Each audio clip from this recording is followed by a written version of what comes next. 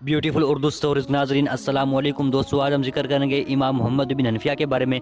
इमाम हुसैन रदी अल्लाह तआला अन्हु की शहादत के बाद लोगों ने इमाम ज़ैनुल आबिदीन की तरफ रुजू किया बैत करने के लिए, लेकिन उन्होंने इनकार कर फिर लोगों ने मौला अली की गैर फातमी औलाद इमाम मोहम्मद बिन हनफिया की तरफ रुजू किया। सब लोगों ने इमाम मोहम्मद बिन हनफिया की बात की, लेकिन अब्दुल्ला इब्न ज़ुबैर ने इमाम मोहम्मद बिन हनफिया को कहा कि आप मेरी बात करें।